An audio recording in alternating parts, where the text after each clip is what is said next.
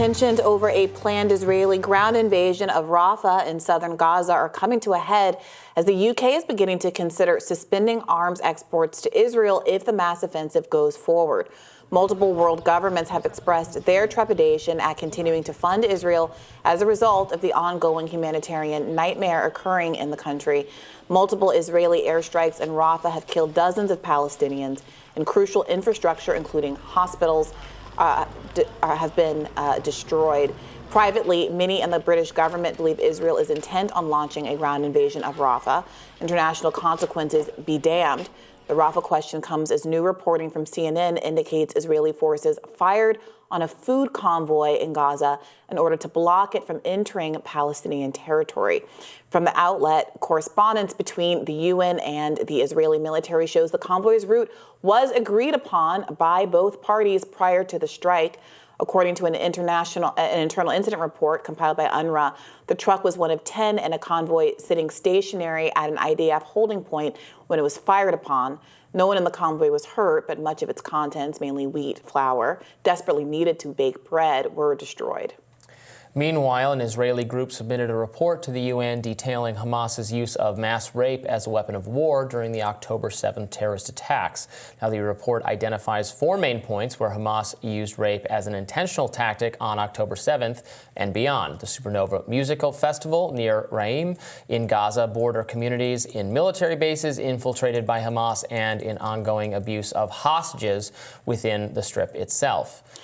Notably, the report cites many, if not all, of the same sources referenced in a since largely discredited New York Times report, including Sapper, whose claim of seeing women beheaded was not corroborated by any physical evidence. They often also reference the Zaka sources that we discussed at length with Max Blumenthal on the show before. Meanwhile, earlier this week, UN experts found credible reports of sexual assault and executions by Israeli soldiers of Palestinians. Per reporting in The Hill, a group of UN human rights experts denounced the Israeli military on Monday for said allegations, which constitute, quote, egregious human rights violations. Specifically, they report deliberate targeting and extrajudicial killing of Palestinian women and children, including those holding white flags or those who were fleeing. The report also condemned the arbitrary detention of hundreds of women and children lacking medical supplies and food, suffering in, quote, inhuman and degrading treatment. Photographs of women in degrading contexts have been posted to the internet by Israeli soldiers themselves, as have multiple pictures of IDF soldiers posing with bras and undergarments of Palestinian women after raiding their homes. At least 2 Palestinian women detainees were reportedly raped, while others were reportedly threatened with rape, according again to The Hill. Violence continues to flare over the events on October 7th. The Times of Israel reports an Israeli man was killed and 11 others were wounded in a shooting by 3 Palestinian gunmen near a checkpoint between Jerusalem and a West Bank settlement city. According to police, the trio opened fire with automatic weapons at Israelis waiting in traffic while heading toward Jerusalem on the Route 1 highway. There's a lot there. So we have seen periodically, every couple of weeks or so, there are often these new reports, or they're packaged as new reports of evidence corroborating the October 7th sexual assault being widespread and pervasive on October 7th. In fact, the New York Times story that came out around, I believe, Christmas time was one of those stories. It was a rearticulation of the kinds of events that people had been speaking about since October 7th, but did not in themselves report anything new. But the way that the New York Times article was framed was taken up as kind of proof positive that sexual assault, rape not only happened, but happened in a pervasive and systemic way. Now, as we've talked about on the show at length, and Max Blumenthal and others at Gray Zone and The Electric and Fatada have done a lot of good reporting on, the sourcing has crumbled around the October 7th story. And most recently, one of the authors of that story was at a conference, and he was even playing down the kind of evidentiary value of that story. He said something like, I thought my goal was to give voice to what people were saying, not for the words that I was writing to be proof of anything, which is a pretty a pretty substantial walk back, given how forcefully people were using that story as evidence that very specific rapes had occurred. And now, ironically, we're seeing a real shift and a kind of a lack of an interest from the media in this shift as we have Palestinian women coming forward and giving their testimony about what they've been experiencing in custody, in Israeli custody. And the fact that so much of this is corroborated by evidence of photographs that Israeli soldiers themselves have been posting to social media, seeming to brag about rifling through the drawers of women, holding up undergarments, and the like. It's the optics of this are pretty bad. I mean, look, it sounds like some really horrific stuff that ought to be investigated, and I have no doubt that atrocities are being committed on both sides of this conflict. Some of the things you're describing to me there do sound in keeping with the evidence is too strong a word, the suggestion of mistreatment or possible sexual mistreatment that, for instance, is in the October 7th footage, which I have viewed, which shows many of the some of the bodies. Again, you got to carefully contextualize this stuff. Some of the bodies found, including female bodies, with their hands zip tied, with articles of clothing missing. Yes, that could just be because that's what happened. They were killed, and we don't need to sensationalize or over dramatize. I mean, people blown apart by attacks by a terrorist group. I do think, and that the New York Times story did get a little ahead of its skis in overpromising with the words you used.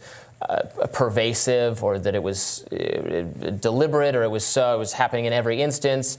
And I think the reporting that they used to demonstrate that, you're right that it has been called into question somewhat. So I don't want to. I'm not going to overstate the case myself. Either way, I think it's again the state of some of the and again it doesn't matter. They were killed. We don't need to make it sound more horrible than it is.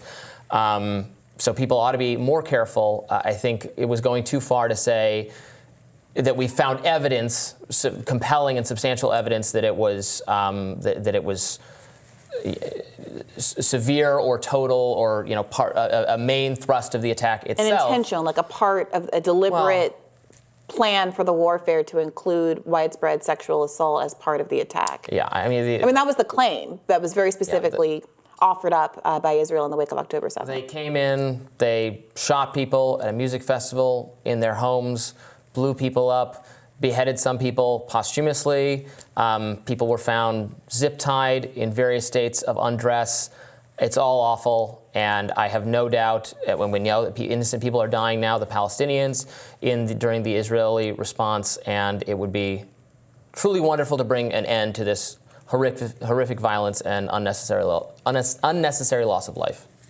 Yeah, and to go back to the story that's actually before us right now, there was this is a UN report now. The UN has gone in and done an investigation. By the way, the UN wanted to investigate the October 7th sexual assault claims and rape claims, but Israel blocked them from doing so. So now the UN, with all of its resources, have gone in. Did you have pushback for that? No. The UN, with all its resources, have gone in and said, we have Palestinian women who are named and on the record talking about their experiences in captivity. That is obviously more concrete firsthand testimony, the likes of which we're still struggling to get out of Israel. Well, and the argument is that everybody who was raped is killed. Right, because they did kill a lot of people, and we're hearing from people who claim to witness rapes occurring. Right, so we can go back through all of that as well, but remember, one of the main witnesses who says that he saw a number of events had also been kind of putting himself in social media videos. I don't remember which app, it was TikTok or Instagram or whatever, laughing and joking as filming himself and his friend down in the dirt while he claims he saw a Israeli woman being buoyed from man to man in a mass gang rape. His story also changed initially after October 7th when he was first interviewed. He did not mention the rape. It was only until subsequent interviews, I think weeks later, that he started to change his story. All of those things are what have undermined that initial reporting. So that's not to say, obviously, that something hasn't happened. Remember, we also reported that Haaretz the press reported that the Israeli police put out an open call saying, please, if you have evidence, come forward. If you were sexually assaulted, we're having trouble investigating these claims because we don't have any witnesses and we don't have any evidence. That is the problem here. So there have been a lot of people who are very interested, and I think rightly so, because the seriousness of those claims and being able to track them down and trying to some way to find some justice here. But the difficulty in finding witnesses is because they killed all these people. Right. Sure, or it didn't happen, right? Those are the options. It could not have happened. And there's a presumption that it did, and given the amount of because they did kill them. Horror that's been meted out on the people of Palestine as a consequence of those allegations. Because as I've said in many radar and many times on this show, if it's just about, not just, I don't obviously mean just, but if the issue is who has killed people and what is justified for killing people, then what we have on our hands is that Israel has killed 30,000 people, 75% are women or children. And that is, even if you think that they deserved some kind of retribution or that constitutes, wait a minute, let me finish the sentence, or if that constitutes self-defense, very few people at this point believe that killing 30,000 people, 75% of which are women and children, a kill rate that is the only kill rate in the last, in recent history, in any global conflict that approaches what we've seen over the last 4 months in Gaza, is the Rwandan genocide. So very few people think that that's justified. So what do you do to make it seem more justified is you talk about the barbarity of the people involved and the inhumanity of the people involved and say they're not just killing people, they're raping people, they're beheading people, they're doing all these other kinds of things. And that's why I think there's a lot more attention paid to the allegations of that with respect to Hamas, when the actual reporting of women who are sitting there saying, I have been sexually abused in Israeli custody, are getting no coverage whatsoever by the same media that breathlessly reported the first claims. Nobody needs to embellish anything. The actions of Hamas are terrible enough, and it shouldn't be about retribution. It should be about eliminating a terrorist organization taking every precaution possible, and I'm not satisfied that every precaution is being taken to safeguard innocent life, although it is a difficult task given how embedded in the civilian population the terrorist organization is, and the best thing would be for them to surrender and go into exile so this violence could end. All right, stick around. We have more Rising for you right after this.